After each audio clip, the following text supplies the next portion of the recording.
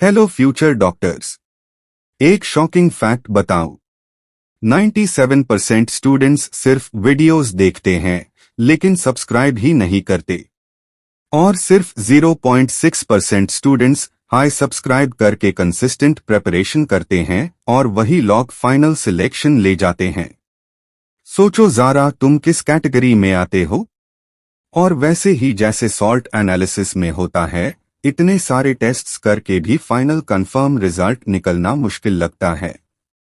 बस वही challenge NET prep में भी है। कंफ्यूजन बहुत होती है, पर सॉल्यूशन सिंपल है अगर सही गाइडेंस फॉलो करो। तुम्हारा maximum syllabus main already complete करवा चुका हूं। Physics class 11th and 12th, zoology और बॉटनी के वन शॉट मैराथॉन्स प्लेलिस्ट में रेडी है। लिंक डिस्क्रिप्शन में है। और हैंड रिटन आईपैड नोट्स के लिए व्हाट्सएप पर मैसेज करना, नंबर डिस्क्रिप्शन में अवेलेबल है। ओके। सॉल्ट एनालिसिस में हमारे बेसिकली जो सिलेबस में identification of the basic radical and acidic radical, तो हमारे पास जो बेसिक रेडिकल में है Pb+2 है, कॉपर +2 है, एल्यूमिनियम+2 है, एल्यूमिनियम +3 है, आयरन +3 है, जिंक +2 है, निकल +2 है, कैल्शियम, बेरियम, मैग्नीशियम और NH4+। तो हमारे पास कैटायनिक एनालिसिस के लिए हमारे पास आइडेंटिफिकेशन टेस्ट है। जिस आइडेंटिफिकेशन टेस्ट को हमने ग्रुप में डिवाइड किया है, हमारे पास खैर 6 ग्रुप्स है। हमारे पास ग्रुप 0 से स्टार्ट होते हुए ग्रुप 6 है। तो हमने नेम किया है, ऐसे तो टोटल 7 है लेकिन हमने 0 से लेकर 6 तक नेम किया है। ग्रुप 0 में हमारे पास NH4+ आता है जिसका कोई रिएजेंट नहीं होता है। ग्रुप 1 में हमारे पास लेड प्लस आता है, Pb+2 जिसका डाइल्यूट HCl है। ग्रुप 2 में हमारे पास Pb+2 एक और बार आता है कॉपर +2 के साथ, फिर आर्सेनिक +3 के साथ जिसमें डाइल्यूट HCl जैसे कि उसके प्रेजेंट में हमारे पास क्या है H2S रहना चाहिए, यानी कि H2S in presence of dilute HCl। Group 3 में हमारे पास एल्यूमिनियम +3 और Fe+3 के उसका ग्रुप रिएजेंट हमारे पास NH4OH in presence of NH4Cl। Group 4 में हमारे पास निकल +2 है, जिंक +2 है, कोबाल्ट +2 और मैग्नीज +2। ये आपको खैर बहुत ही रेयर है तो आप इसको याद रख सकते हैं। एनसीईआरटी में शायद इसका पिंक कलर दिया हुआ है डी ब्लॉक के टेबल में, तो आप इसको चेक कर सकते हैं। डी ब्लॉक या कोऑर्डिनेशन के टेबल में इसका पिंक कलर दिया हुआ है। H2S in presence of NH4OH, इसको हम करते हैं हाइड्रोजन सल्फाइड कब डालते हैं बेसिक मीडियम में, और उधर पे हमने ग्रुप 2 में डाला था हाइड्रोजन सल्फाइड इन दी एसिडिक मीडियम डाइल्यूट एसिड में। तो आपको ये डिफरेंस याद रखना ग्रुप 2 और ग्रुप 4 में। अपन के पास आता है ग्रुप 5 में बेरियम +2, कैल्शियम +2, स्ट्रोंशियम +2। इसका हम टेस्ट करते हैं ग्रुप रिएजेंट किसका, अमोनियम कार्बोनेट। तो इसका याद रखना अमोनियम कार्बोनेट ये इंपॉर्टेंट फैक्टर बनता है इन the presence of what, in the presence of NH4OH। हमारे अगेन ग्रुप 6 आता है जिसमें मैग्नीशियम +2 के लिए चेक करते हैं जिसका कोई ग्रुप रिएजेंट नहीं होता एज सेम एज ग्रुप 0। हमको याद है ना ग्रुप 0 और ग्रुप 6 का कोई ग्रुप रिएजेंट नहीं होता है, यानी कि आइडेंटिफिकेशन टेस्ट के लिए, किस टेस्ट के लिए, आइडेंटिफिकेशन के लिए टेस्ट के लिए याद रखना आइडेंटिफिकेशन टेस्ट और कंफर्मेटरी टेस्ट दो अलग अलग चीज़ें हैं।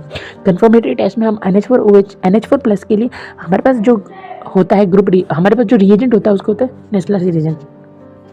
तो क्विकली रिवाइज कर लेते हैं। ग्रुप 0 में हमारे पास था NH4+ के लिए उसका कोई ग्रुप रिएजेंट नहीं। ग्रुप 1 में Pb+2 उसका डाइल्यूट HCl। ग्रुप 2 में Pb+2 कॉपर +2 आर्सेनिक +3 और उसका है hydrogen sulphide in presence of dilute HCl। और ग्रुप 3 में हमारे पास है एल्यूमिनियम +3 और आयरन +3 जिसका अमोनियम हाइड्रोक्साइड किसके प्रेजेंस में, NH4Cl के प्रेजेंस में। और ग्रुप 4 में हमारा अगेन याद रखना यहाँ पर बेसिक मीडियम में H2S डालना है। उसका हमारा टेस्ट होता है निकल, जिंक और कोबाल्ट और मैग्नीशियम के +2 वाले अनायंस, +2 वाले कैटायन सॉरी। फिर ग्रुप 5 में हमारे पास आता है बेरियम, कैल्शियम, स्ट्रोंशियम जिसको ammonium carbonate in the presence of NH4OH। And group 6 magnesium +2 जिसका कोई ग्रुप रिएजेंट नहीं होता है। फिर हम आगे बढ़ते हैं। हम बेसिकली हमारे पास जो होता है आप कोई भी एक सॉल्यूशन ले लो टेस्ट ट्यूब में, तो उसमें 2 पार्ट होंगे, एक तो हमारे पास होगा एनायनिक पार्ट और एक होगा कैटायनिक पार्ट। हाँ, तो हम दोनों में हमको क्या करें, प्रीलिमिनरी टेस्ट जिसको हम बोलते हैं इंडिकेशन टेस्ट, वो सॉल्ट का कुछ इंडिकेशन आएगा, बाद में हम उसको कंफर्मेटरी टेस्ट से कंफर्म करेंगे। सेम होगा कैटायंस के लिए भी। तो हम बेसिकली पहले करते हैं अनायन का टेस्ट, फिर हम करते हैं कैटायन का करते हैं। वेट मिनट, आप कमेंट करना ये गलत है कि सही है। पहले हम कैटायन का टेस्ट करते हैं कि अनायन का टेस्ट करते हैं।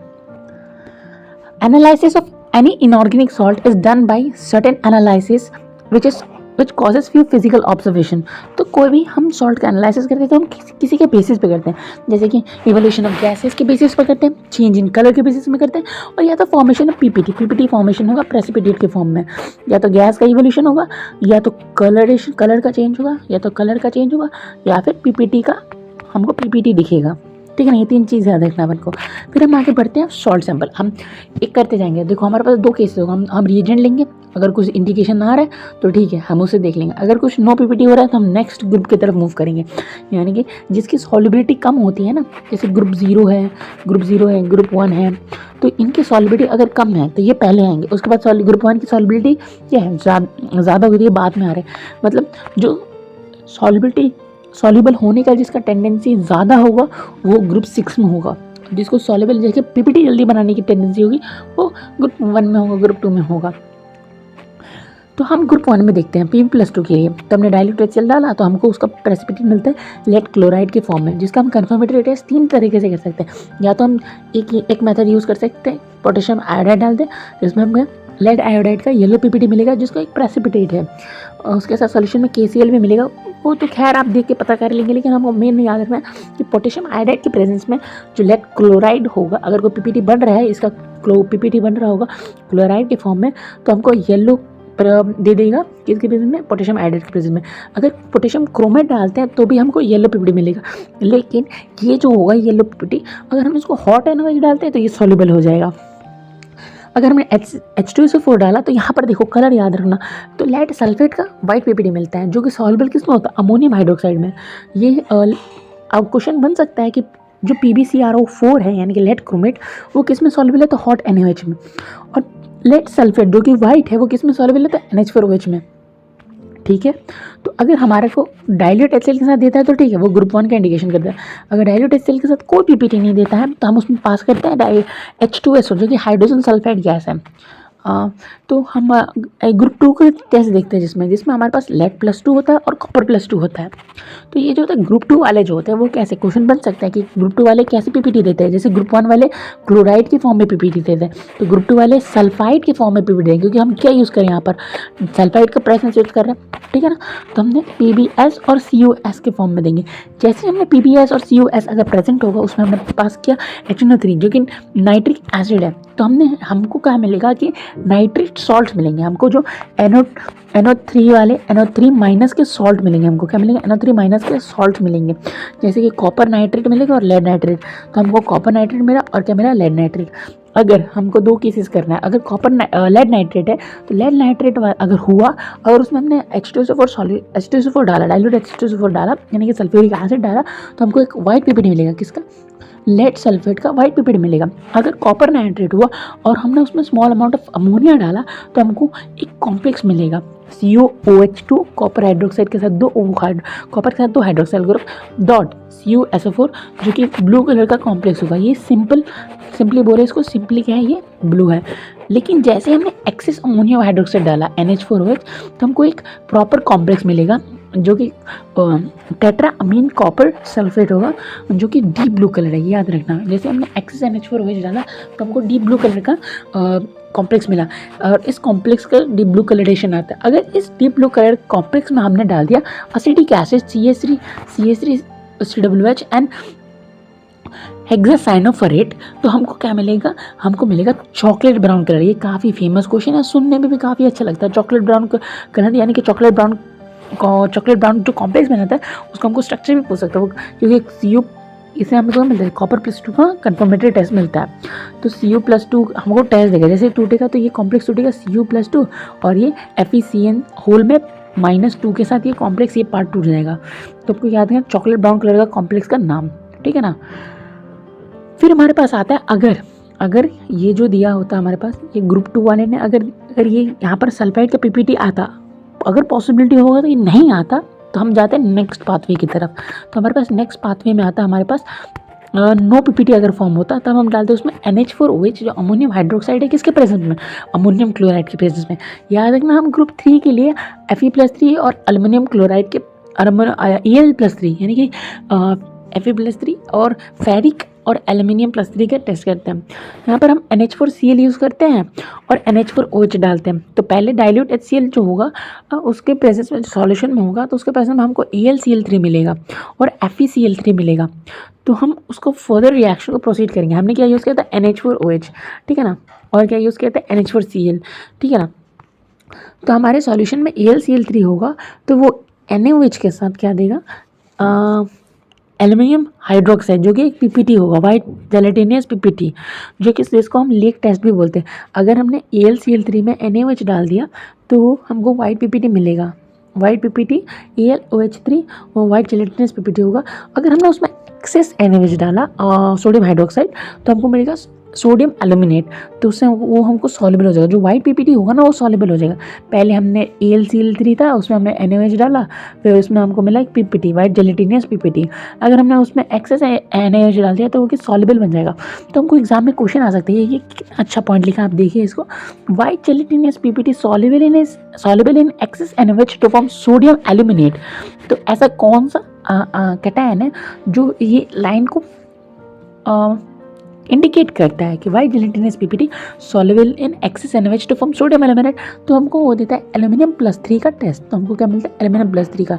अगर हमने FeCl फेरिक क्लोराइड में हमने हेक्सासाइनोफेरेट डाला होता है, पोटेशियम हेक्सासाइनोफेरेट, तो हमको एक ब्लू कलर का कॉम्प्लेक्स मिलता है। ये आपको क्वालिटेटिव एनालिसिस ऑफ आपको मिल जाएगा क्लास 11 के चैप्टर में, जो फर्स्ट ऑर्गेनिक का चैप्टर जिसको हम कहते हैं। तो हमको प्रूशियन ब्लू कलरेशन देता है, जो कि बाहर वाला होता है Fe+3 का टेस्ट देता है। तो हमको क्वेश्चन में आ सकता है कि जो Fe+3 जो होता है वो बाहर वाला होता है और अंदर वाला +2 में होता है। तो आप याद रख सकते हैं जो ये प्रूशियन ब्लू कलर है इसको हम 463 कॉम्प्लेक्स बोलते हैं। ये जो कॉम्प्लेक्स है हेक्सासाइनोफ ये जो Fe4 है, FeCN6 और होल में थ्राइस है, इसको हम क्या बोलते हैं? Prussian blue colour. और इसको हमको 463 से भी याद रख सकते हैं, क्योंकि देखा जाए ध्यान से तो हमारे पास एक 463 जहाँ पे 4 बाहर में आयरन है, क्योंकि 4 बाहर में आयरन है, क्योंकि इस कॉम्प्लेक्स के ऊपर -4 साइन होता है, तो इसलिए 4 बाहर में आयरन लिया हमने। और इस आयरन पे +3 साइन होता है, इसलिए हमने यहाँ पर 3 ये कॉम्प्लेक्स लिए। तो ये 3 हो गए। तो यहाँ देखिए तो Fe4CN अंदर में 6 और बाहर में 3, इसलिए 463 भी बोलते हैं कई बार। तो इसको हम बोल सकते हैं। अगर हमें पोटेशियम थायोसल्फाइड देते हैं जिसमें सल्फर, कार्बन और नाइट्रोजन तीनों हैं, तो उसमें हमको थायोसल्फाइड का आयरन थायोसल्फाइड का कॉम्प्लेक्स मिलेगा, जो कि ब्लड का रेडिएशन देता है। ये कॉम्प्लेक्स याद रख सकते हैं। इस कॉम्प्लेक्स पे क्या चार्ज है वो भी याद रख सकते हैं, +2 चार्ज है। तो हमको बाहर में Fe+3 के साथ लगा हुआ कॉम्प्लेक्स मिलता है, क्योंकि ब्लड रेड कलरेशन देता है। कॉम्प्लेक्स याद रख सकते हैं आप। तो हम फिर हमारा ग्रुप 3 के लिए हो गया। अब हम बढ़ते ग्रुप 4 के लिए। H2S, अगर हमको ग्रुप 3 का कोई टेस्ट नहीं देता, अगर हमने ग्रुप 3 में जो हमने NH4OH इन NH4Cl जो यूज़ किया था, अगर उसमें कोई पीपीटी नहीं आता तो हमारे पास H2S in the presence of NH4OH आता, H2S gas in the presence of NH4OH आता।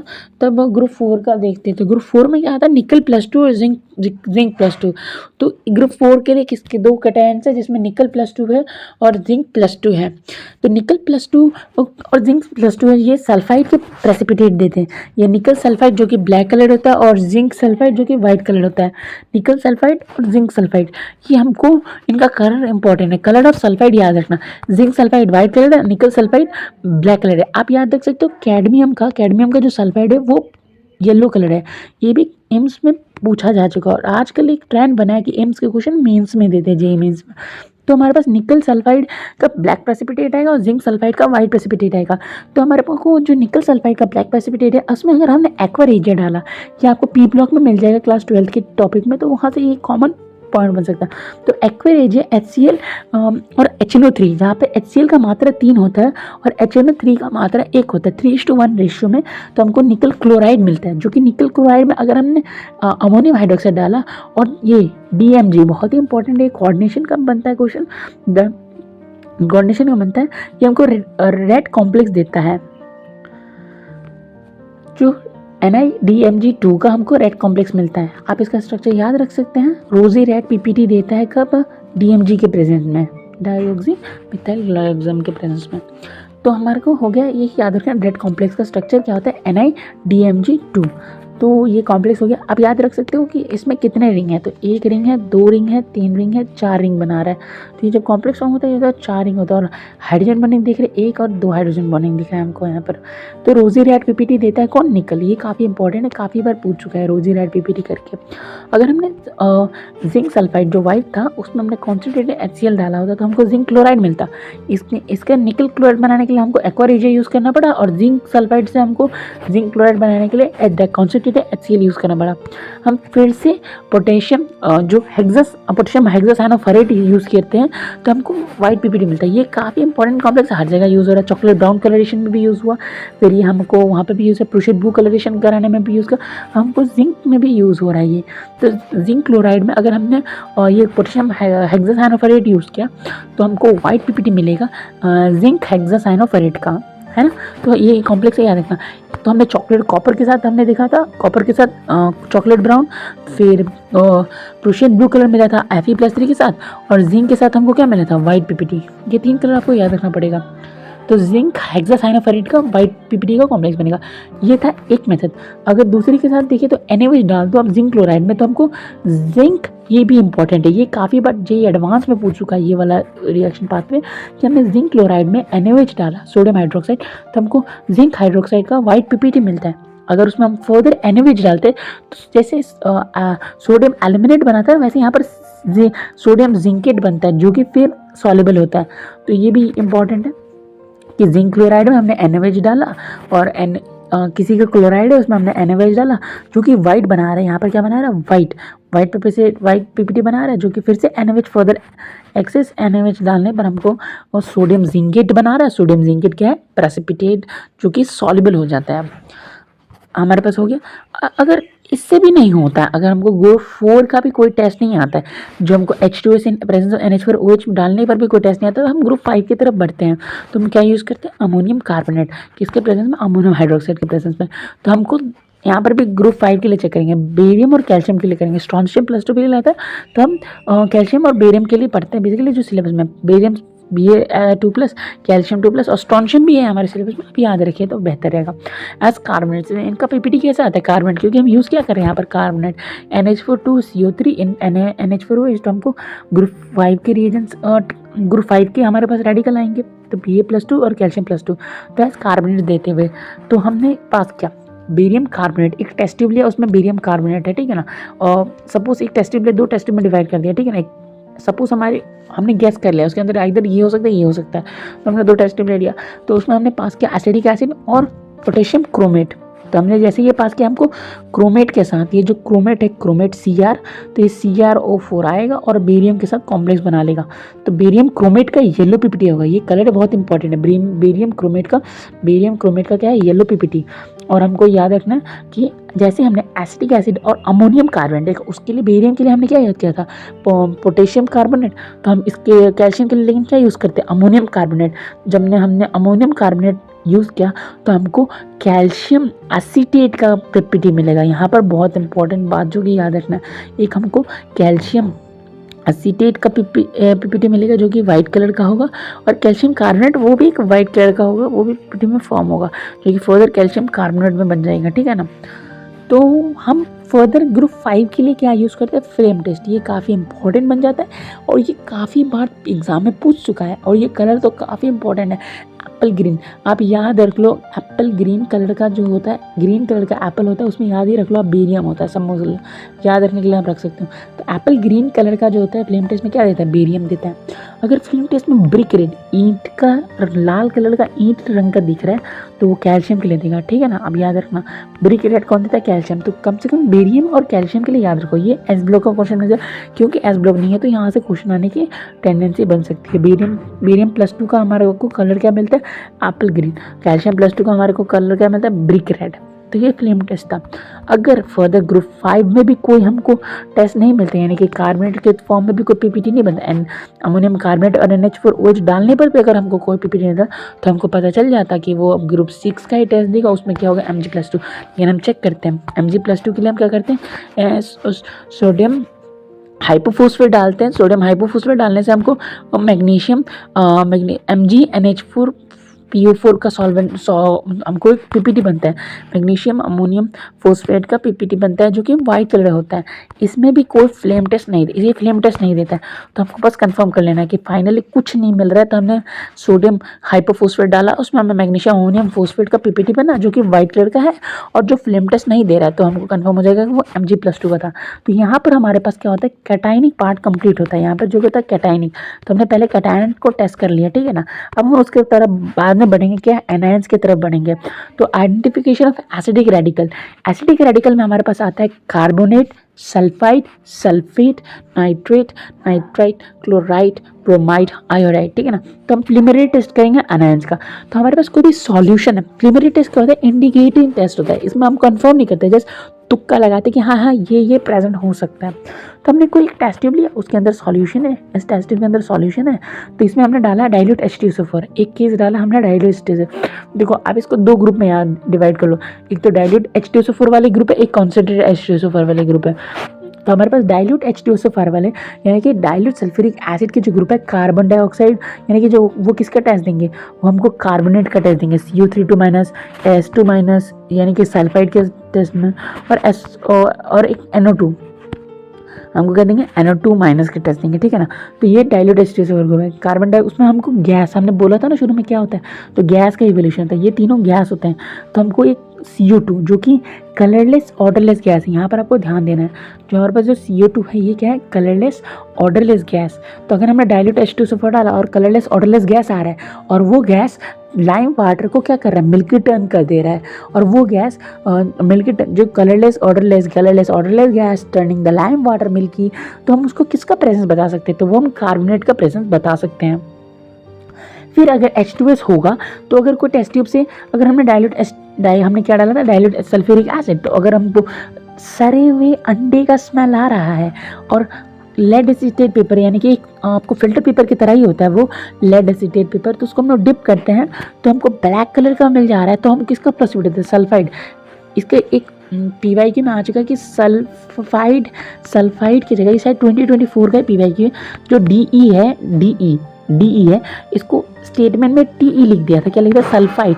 तो वो स्टेटमेंट गलत हो गया था, क्या होना चाहिए, DE। तो यहाँ आप याद रखिए, जो इसके नाम भी काफ़ी इंपॉर्टेंट बनते हैं, तो आप सबके नाम भी याद रखिए। ये है सल्फाइड, तो क्या देता है, सल्फाइड का टेस्ट देता है, पॉसिबिलिटी ऑफ सल्फाइड, जो कि सड़े हुए अंडे का स्मेल और लेड एसिटेट पेपर को काला कर दे रहा है, तो वो क्या बना रहा है, सल्फाइड। क्योंकि PBS बन रहा होगा ना, PBS हम आगे फर्दर डिटेल में पढ़ेंगे, PBS बन रहा है।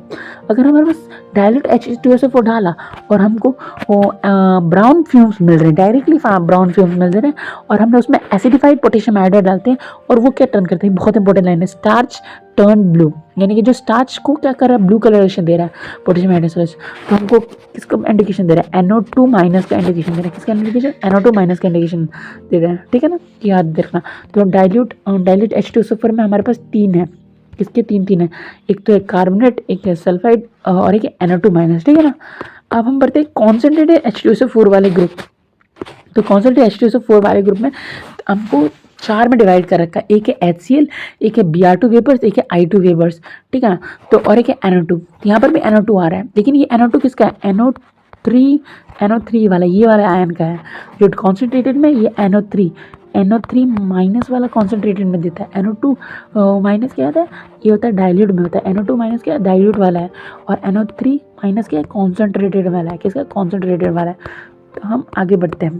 तो हमने HCl Br2 यानी कि ये Cl-, ये हम क्या देते हैं, क्लोराइड्स का, ये हम देते हैं क्लोराइड्स का, ये हम ब्रोमाइड्स का देते हैं, और ये आयोडाइड्स का, और ये NO3- का टेस्ट देते हैं। तो हमने क्या किया, देखा कि जब हमने कॉन्सेंट्रेटेड यूज़ किया, क्या यूज़ किया हमने, कॉन्सेंट्रेटेड H2SO4 यूज़ किया, जब हमने क्या यूज़ किया, कॉन्सेंट्रेटेड सल्फ्यूरिक एसिड का जब हमने इस्तेमाल किया, तो हमको अगर डालते क्या है, पंजेंट कलरलेस गैस, कोई कलरलेस गैस है लेकिन गंदा महक रहा है, और वो वाइट फ्यूम्स जो निकल रहा है।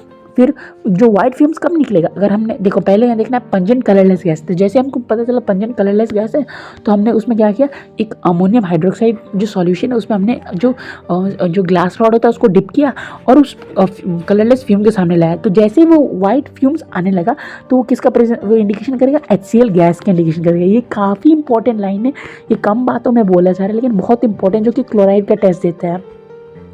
अगर हमने देखा कि हमने कॉन्सेंट्रेटेड सल्फ्यूरिक एसिड डाला, तो हमको रेडिश ब्राउन कलर का गैस निकला, जो कि पंजेंट स्मेल कलर, कैसा है, रेडिश ब्राउन, थोड़ा लाल ब्राउन कलर का टाइप का है, तो वो हमको Br2 का इंडिकेशन देता है। Br2 अब आप देख सकते हो, रेडिश ब्राउन, ये थोड़ा रेडिश ब्राउन होगा, और ये ब्राउन, सपोज आपको डिफ्रेंशिएट करना है कि Br2 है कि NO2 है, तो आप कैसे कर सकते हो, जो होता है यहाँ पर इसमें क्या होता है कि ना, आप इसमें आप क्या करो, on heating turns blue colour. जो हम इस गैस को अगर ब्राउन, ये ब्राउन फ्लेम से इसको हम हीट करते थे, ब्लू कलर का गैस देता है, लेकिन इसमें नहीं देगा, तो ये इंपॉर्टेंट है। और इसमें क्या करते हैं, इसमें MnO जो colour intensifier, manganese oxide colour intensifier, intensity of the colour increases on addition of manganese oxide, intensity of the colour increases on addition of manganese oxide. ये काफ़ी इंपॉर्टेंट है। मैंगनीज ऑक्साइड का डालते इंटेंसिटी बढ़ जाएगा reddish brown colour का, तो वो ब्रोमाइड आयन का इंडिकेशन देगा। ये काफ़ी अलग है और ये पूछने की टेंडेंसी ज़्यादा है। I2 वेपर्स आना, यानी कि I- का टेस्ट, आयोडाइन। इसमें क्या होता है कि वायलेट कलर के गैसेस निकलते हैं। जैसे हम कंसनट्रेटेड, हम जब एसिडिक रेडिकल का टेस्ट देखते हैं, एनायन का टेस्ट करते हैं, उसमें अगर कॉन्सेंट्रेटेड सल्फ्यूरिक एसिड डाल रहे हैं, अगर कोई वायलेट कलरेशन आ रहा है तो हमको क्या होता है, वो वायलेट कलरेशन आ रहा है। और अगर हम कलर इंटेंसिफायर को डालते हैं, यानी कि मैंगनीज ऑक्साइड को डालते हैं, तो क्या होता है, इंटेंसिटी ऑफ द कलर, वो वायलेट कलर का जो घना है वो और घने और ज़्यादा मात्रा में वायलेट कलर निकलता है, तो वो किसका पॉसिबिलिटी देता है, आयोडीन माइनस का, I- का पॉसिबिलिटी देता है। फिर हमारे पास NO2 गैस है, जो हमने NO2 गैस के लिए देखा, जो ब्राउन फ्लेम्स निकल रहा होगा और हीट करने पे वो ब्राउन फ्लेम्स कैसे ब्लू कलर का हो जाएगा। जो सॉल्यूशन होगा, जिधर से ब्राउन फ्लेम्स आ रहे थे, अगर हमने उसको हीट किया तो वो सॉल्यूशन ब्लू बन जाएगा, तो वो किसका इंडिकेट करेगा, NO3- का इंडिकेट करेगा। तो हम देखते हैं कन्फर्मेटरी टेस्ट, हम कैसे कन्फर्म कर सकते हैं, थोड़ा डिटेल में पढ़ते हैं क्विकली। तो कार्बोनेट के लिए हमने पढ़ा था, कार्बोनेट जिसमें हमने डाला dilute H2SO4, BRICS इवोवेशन of CO2, तो जिसको हमने जो कलरलेस गैस है उसका ब्रिक इवोवेशन आ रहा है, ब्रिक इवोवेशन आ रहा है, उसको हमने पास किया लाइम वाटर, यानी कि कैल्शियम हाइड्रोक्साइड के साथ पास किया, तो हमको मिल्की बोलते नहीं, lime water turns milky, lime water turns milky, तो वो कैल्शियम कार्बोनेट का इंडिकेशन देता है, कैल्शियम कार्बोनेट का इंडिकेशन देता है। उस लाइम वाटर में हमने एक्सेस CO2 पास किया, जो गैस इवल हो रहा था, on passing of access CO2 वो लाइम वाटर क्या होता है, वो क्लियर हो जाता है, यानी कि जो मिल्की से वापस वो कलरलेस हो जाता है। तो वो कैल्शियम किसके प्रेजेंस में, तो formation of calcium bicarbonate turns the lime water milky, क्योंकि लाइम वाटर मिल्की किसकी वजह से होता है, कैल्शियम कार्बोनेट की वजह से मिल्की होता है। जैसे ही एक्सेस CO2 जाता है तो वो बाइकार्बोनेट बन जाता है, कैल्शियम के बाइकार्बोनेट बन जाता है, तो कैल्शियम बाइकार्बोनेट क्या होता है, मिल्की कलर होता है। तो यहाँ से हो गया। नेक्स्ट बढ़ते हैं हम और सल्फाइड के लिए। सल्फाइड में हमने क्यों किया, डाइल्यूट H2SO4 का ग्रुप है, सल्फाइड डाला, डाइल्यूट सल्फाइड, तो उसमें हमको रोटेन X मिलाता है, जो कि हाइड्रोजन सल्फाइड की तरह हाइड्रोजन सल्फाइड के फॉर्म में इवॉल्व होता है। तो अगर हम दो मेथड है, अगर हम सल्फाइड में सोडियम नाइट्रोक्लोराइड डालते हैं, ये बहुत इंपॉर्टेंट है, ये भी ऑर्गेनिक के फर्स्ट चैप्टर कह सकते हैं क्वालिटेटिव एनालिसिस में। तो सोडियम नाइट्रोक्लोराइड डालते हैं जिसमें पिंक कलर का होता है, ये काफ़ी रेयर पॉइंट है, याद रख सकते हैं। सोडियम नाइट्रोक्लोराइड पिंक कलर का है, वो पर्पल कलर में टर्न हो जाता है। Na4FeCN5 NOS, यहाँ पर याद रखना, NO से NOS हो रहा है और Na2 से ये NaF4 हो रहा है, काफ़ी इंपॉर्टेंट बात है ये।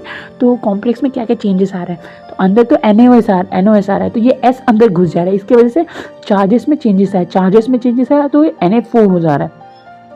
तो जो सोडियम नाइट्रोक्लोराइड टेस्ट करते हैं वो सल्फाइड के लिए टेस्ट करते हैं, फाइड DE वाला, T नहीं D डॉग, तो उस पर्पल होता है यार, पर्पल कलर का वो प्रेसिपिटेट देता है नाइट्रोक्लोराइड टेस्ट में। अगर और या फिर दूसरा हमने देखे तो एसिटिक एसिड में अगर हमने क्या किया,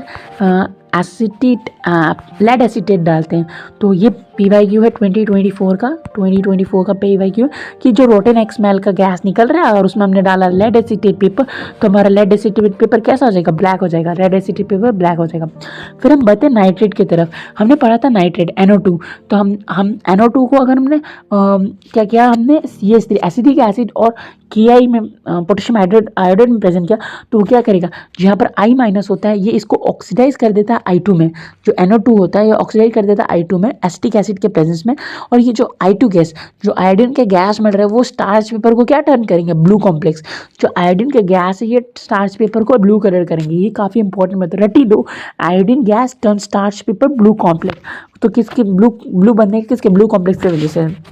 अगर NO2 गैस में हमने H2SO4 डाइल्यूट डाला तो हमको ब्राउन वेपर्स आएंगे, NO2 का ब्राउन वेपर्स। ये भी एक कंफर्मेटरी टेस्ट है किसका, NO2- का। अब हमने क्या किया, इस NO2- में हमने एसिटिक एसिड डाल दिया, acetic acid and sulphanilic acid with naphthyl amine, तो हमको रेड अजोडाई मिलेगा। ये आप याद रख सकते हो, acetic acid in the presence of sulphanilic acid in the presence of naphthyl amine, तो हमको रेड अजोडाई मिलेगा। रेड अजोडाई जो का इसका स्ट्रक्चर कुछ ऐसा है, रेड अजोडाई। नेक्स्ट बढ़ते हैं हम क्लोराइड्स की तरफ। क्लोराइड्स में हमारे पास अगेन कई सारा पाथवे हो सकता है, तो एक हो गया H2S ले लो, या फिर अपन ले लेंगे मैंगनीज ऑक्साइड जो कि कलर इंटेंसिफायर था, और एक AgNO3 लिख सकते हैं। पहले हमने क्या किया, कॉन्सेंट्रेटेड, ये सब क्या है कॉन्सेंट्रेटेड का था, कॉन्सेंट्रेटेड सल्फ्यूरिक एसिड डाला तो HCl का कलरलेस गैस आएगा, जो कि अमोनिया के साथ हमको वाइट, क्योंकि हम बोलते हैं ना rod dipped in ammonium hydroxide turns gives the white fumes, dense white fumes. अगर Cl माइनस है और उसमें हमने डाला मैंगनीज ऑक्साइड जो कि कलर इंटेंसिफायर, यहाँ पे तो कलर है ही नहीं, तो हम स्टार्टिंग में डाल रहे कलर MnO2 H2SO4 डालते कॉन्सेंट्रेटेड के प्रेजेंस में, तो हमको ये कलर बहुत मिलेगा, Cl2 का क्लोराइड का गैस मिलेगा, क्लोरीन का गैस मिलेगा, क्लोरीन गैस जिसका कलर है क्या, ग्रीनिश येलो, मैंने कलर में ही लिख दिया, ग्रीनिश येलो टाइप का कलर आएगा जो कि Cl2 गैस को इंडिकेट करता है। अगर Cl माइनस में हम देखो यहाँ पर क्या है, ये Cl माइनस आयनिक क्लोराइड्स का एक टेस्ट है, काफ़ी इंपॉर्टेंट, PYQ में पूछ चुका है आयनिक क्लोराइड का टेस्ट। तो हम करते हैं, अगर हम उसमें पोटेशियम क्रोमेट डालते हैं, पोटेशियम डाइक्रोमेट डालते हैं कॉन्सेंट्रेटेड H2SO4 के साथ, तो हमको क्रोमाइल क्लोराइड टेस्ट का दे रहे हैं, वो टेस्ट का नाम हो जाता है क्रोमाइल क्लोराइड टेस्ट, जिसमें अगर आयनिक क्लोराइड है तो CrO2Cl2 बनता है, जो कि वोलेटाइल उड़ने वाला क्रोमाइल क्लोराइड बनाता है, जो कि आयोनिक क्लोराइड का टेस्ट होता है। और क्रोमाइल क्लोराइड में अगर हम NaOH डालते हैं तो सोडियम क्रोमेट बनता है, सोडियम क्रोमेट में अगर हम लेड एसीटेट डालते हैं तो वो PbCrO4 का कॉम्प्लेक्स बनाता है, जो कि येलो होता है, PbCrO लेड क्रोमेट हमने पहले पढ़ा था।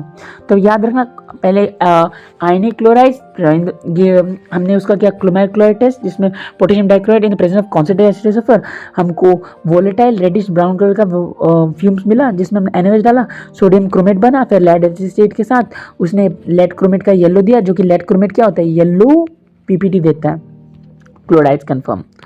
फिर हम देखते हैं ब्रोमाइड्स के लिए, तो ब्रोमाइड्स में आता है हमने Br माइनस लिया, उसमें हमने कॉन्सेंट्रेटेड H2SO4 है तो वो रेडिश ब्राउन कलर का देगा।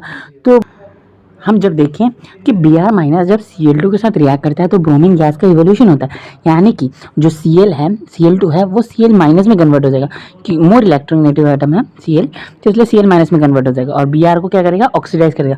तो यहाँ पर इंटर हैलोजन रिएक्शन होता है, ठीक है ना, इंटर हैलोजन रिएक्शन का एक इंपॉर्टेंट क्वेश्चन बन सकता है। तो कितने टूटे टॉपिक से पी ब्लॉक है जो सॉल्ट एनालिसिस में हमें देखने को मिलते हैं। तो यहाँ पे ब्रोमीन गैस का इवोल्यूशन होता है जो कि ब्राउन कलर होता है। अगर हम ब्रोमाइड में Br माइनस में अगर हम AgNO3 डालते हैं सिल्वर नाइट्रेट, तो हमको पता है कि सिल्वर ब्रोमाइड का हमको मिलेगा प्रेसिपिटेट जो कि पील येलो होता है।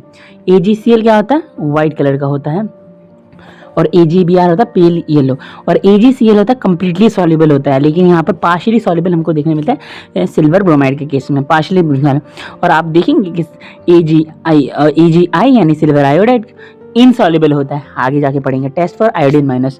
तो हम टेस्ट देखेंगे इसके लिए I माइनस के लिए कॉन्सेंट्रेटेड H2SO4 में डाल दीजिए, तो हमको I2 के वेपर्स मिलेंगे जो कि वायलेट कलर होंगे, और कलर इंटेंसिफायर जो मैंगनीज डाइऑक्साइड के प्रेजेंस में वो क्या होगा, और ज़्यादा वायलेट कलर निकलेगा। अगर हम इस आयोडीन गैस जो वायलेट कलर का है, अगर हम स्टार्च के थ्रू इसको पास करते हैं तो हमको ब्लू कॉम्प्लेक्स फॉर्मेशन देता है, ब्लू कलरेशन देता है वो कॉम्प्लेक्स फॉर्मेशन के कारण।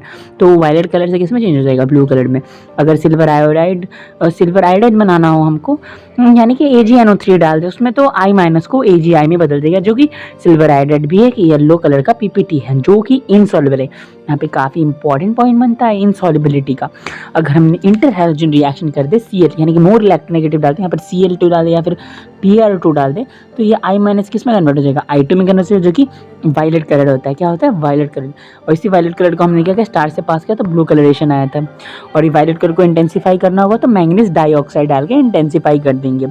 फिर हम पहुँचते हैं NO3 माइनस के लिए ना, NO3 माइनस के लिए हम टेस्ट करेंगे। तो हमने क्या किया, NO3 माइनस से अगर हमने कॉपर, यानी कि हमने बोलते हैं क्या है, अगर हम प्रैक्टिकल लेबोरेटरी में गए तो हम बोलते हैं कॉपर टर्निंग्स डालकर H2SO4 डाले, concentrated H2SO4 with copper turnings डाले, तो हमको क्या आएगा, ब्राउन फ्यूम्स। उसमें क्या आएगा, कॉपर टर्निंग्स, याद रखना। तो हमको NO2 के ब्राउन फ्यूम्स आएंगे। फिर अगर हम यहाँ पर एक और आ जाता है बहुत इंपॉर्टेंट, जिसको हम बोलते हैं आप यहाँ पर बोलते हैं इसको ब्राउन कलर जो बनता है, ब्राउन रिंग टेस्ट, हाँ ब्राउन रिंग टेस्ट बोलते हैं, जब जहाँ पे हम फ्रेशली प्रिपेयर्ड फेरस सल्फेट लेते हैं। क्योंकि फ्रेशली प्रिपेयर्ड क्यों लेते हैं? ताकि हमारा जो Fe+2 वाला रहे, क्योंकि अगर ज़्यादा दिन का हो जाएगा ना तो Fe+2 है वो किस में कन्वर्ट हो जाएगा, Fe+3 में, तो वो ख़राब हो जाएगा, हमको वो नहीं चाहिए। क्योंकि Fe+2 जो है ये खुद को ऑक्सीडाइज कर देता है Fe+3 में, ठीक है ना। इसलिए फ्रेशली प्रिपेयर्ड फेरस सल्फेट लेते हैं। तो हमने फ्रेशली प्रिपेयर्ड फेरस सल्फेट लिया और उसके साथ कॉन्सेंट्रेटेड H2SO4 डाला। तो कॉन्सेंट्रेटेड H2SO4 डाला जंक्शन, तो हमको जंक्शन पे एक ब्राउन रिंग का फॉर्मेशन होगा। वो ब्राउन कलर का फॉर्मेशन होगा इस कॉम्प्लेक्स की वजह से, Fe 5 वाटर के मॉलिक्यूल कॉम्प्लेक्स के अंदर, और फिर अंदर क्या है, NO। याद रखना, Fe 5 वाटर के मॉलिक्यूल कॉम्प्लेक्स के अंदर और फिर NO, और कॉम्प्लेक्स के ऊपर +2 चार्ज होता है। याद रखना इंपॉर्टेंट केस बनता है कि यहाँ पर जो आयरन का ऑक्सीडेशन स्टेट होता है वो होता है +1। ये हमने निकाला है, आप ये देख सकते हैं कैसे निकाला है। हमने कंसिडर कर लिया आयरन का X, फिर -1, वाटर का तो कोई नहीं, वो न्यूट्रल लिगेंड है, फिर NO का -1 ले लिया। तो हमको, और टोटल चार्ज कितना है कॉम्प्लेक्स पे, +2, तो हमने लिखा आयरन के ऊपर +1 कॉम्प्लेक्स है। तो ब्राउन रिंग का फॉर्मेशन होता है कहाँ पर, जंक्शन पे, और यहाँ पर कौन सा होता है, Fe+1। तो ये काफ़ी इंपॉर्टेंट बनता है ब्राउन रिंग टेस्ट, जिसमें हम freshly prepared FeSO4 ferrous sulphate लेते हैं, जैसे कॉन्सेंट्रेटेड H2SO4 हमने डाल दिया जंक्शन पे टिल्ट करके, तो यहाँ पर जंक्शन पे क्या बना, ब्राउन रिंग फॉर्मेशन है जंक्शन। फिर हमारे पास आता है सल्फेट, जो SO4 2- ये क्या, इंडिपेंडेंट रेडिकल, ना ही ये डाइल्यूट सल्फ्यूरिक एसिड के साथ टेस्ट देता है सल्फेट, ना ही ये कॉन्सेंट्रेटेड सल्फ्यूरिक एसिड के साथ टेस्ट देता है। जो सल्फेट होता है इंडिपेंडेंट रेडिकल टेस्ट होता है। अगर हमको डाइल्यूट के साथ भी कोई सॉल्ट टेस्ट नहीं दे रहा है, कॉन्सेंट्रेटेड सल्फ्यूरिक एसिड के साथ भी कोई टेस्ट दे नहीं रहा है, तो हम जाएंगे इंडिपेंडेंट रेडिकल टेस्ट के लिए। इंडिपेंडेंट रेडिकल टेस्ट के लिए सल्फेट देता है। अगर हमने उसमें कैल्शियम, उसमें हमने क्या डाला, बेरियम क्लोराइड डाला, तो बेरियम का Ba2+ और सल्फेट का SO4 वो बेरियम सल्फेट बनाएगा, जो कि वाइट PPT होता है, वाइट PPT। और हमने लेड सल्फेट अगर सल्फेट में हमने डाला CH3COO2- और Pb+2 होता है, तो ये लेड सल्फेट होता है। लेड एसीटेट के साथ हमको लेड सल्फेट का वाइट PPT बनता है। तो हमने देखा बेरियम क्लोराइड के साथ बेरियम सल्फेट दिया, और लेड एसीटेट के साथ लेड सल्फेट देगा। तो सल्फेट्स बनते हैं, बेरियम सल्फेट भी वाइट है और लेड सल्फेट भी वाइट है। तो हमको कलर याद रखना है कि बेरियम सल्फेट भी वाइट होगा और लेड सल्फेट भी वाइट होगा। तो हम यहाँ पर इंडिपेंडेंट रेडिकल का टेस्ट कर सकते हैं, BaCl2 और लेड एसीटेट के साथ टेस्ट कर सकते हैं, जो कि इंडिपेंडेंट रेडिकल है। बस फ्यूचर डॉक्टर्स, ये था आज का सेशन सॉल्ट एनालिसिस पार। अगर तुमने यहाँ तक देखा है तो मतलब तुम सीरियस हो अपने सिलेक्शन को लेके। अब तुम्हारे लिए 2 काम पेंडिंग है। पहला, प्लेलिस्ट चेक करो जो डिस्क्रिप्शन में है, जहां फिजिक्स, केमिस्ट्री और बायोलॉजी के मैराथन्स तुम्हारी वेट कर रहे हैं। और दूसरा, अगर तुम्हें हैंडरिटन प्रीमियम iPad नोट्स चाहिए तो व्हाट्सएप पे मैसेज करना, डिटेल्स डिस्क्रिप्शन में मिल जाएंगी। और हाँ, एक छोटा सा फेवर, वीडियो पसंद आया हो तो लाइक करो और चैनल को सब्सक्राइब जरूर करो। शायद यही एक स्टेप तुम्हें 0.6% वाली विनिंग कैटेगरी में डाल दे।